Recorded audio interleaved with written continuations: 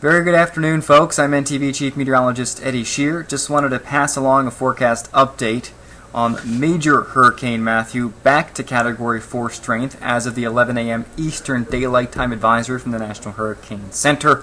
Winds 220 kilometers per hour, gusting up to 270. And you can see Matthew here on the satellite and radar imagery. The center of it is very well defined. You can see the eye right there rolling over the Bahamas now. That's where those very strong wind gusts are going to be found.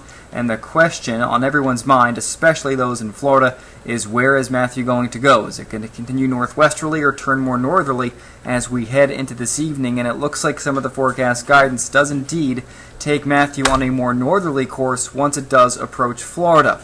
Hurricane warnings, tropical storm warnings in place for much of Florida, South Carolina, and Georgia.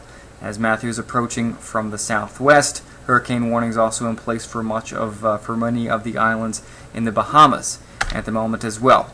So the forecast track for Matthew will take it more northwesterly and eventually northerly, parallel to the Florida coast late tonight and as we go through Friday and Saturday, and then kind of doing a little bit of a loop, ending back up off the coast of Florida, well offshore though, by the time we get to Monday. Now the question that a lot of folks have is where in this cone is Matthew going to track? Is it going to come inland, which would be very bad for eastern areas of Florida, or will it stay more offshore, keeping those very high wind gusts offshore? At the moment, I'm not sure. It's just something we're going to have to watch and see, but I would lean kind of right in the middle of this cone. Seems to be a good bet, at least in my mind, so parallel the coast, maybe not coming inland, but again, a little farther east, a little farther west, like with snowfall across our island, makes a very big difference in the impacts that folks in Florida, South Carolina, and Georgia are going to see from Matthew. As far as forecast wind speeds go, this RPM model actually keeps the core of the highest wind speeds just offshore. By 9 o'clock tonight, West Palm Beach gusting up to 60 kilometers per hour, Melbourne, Florida 47, Orlando 28. As we get into midnight, West Palm Beach gusting up to 84. Those highest wind speeds still look like they do remain offshore. By 2 a.m., much of Florida's central coast seeing winds gusting close to, if not over, 100 kilometers per hour. And as the storm rolls up the coast as we go through Friday, those high wind speeds will shift north with it.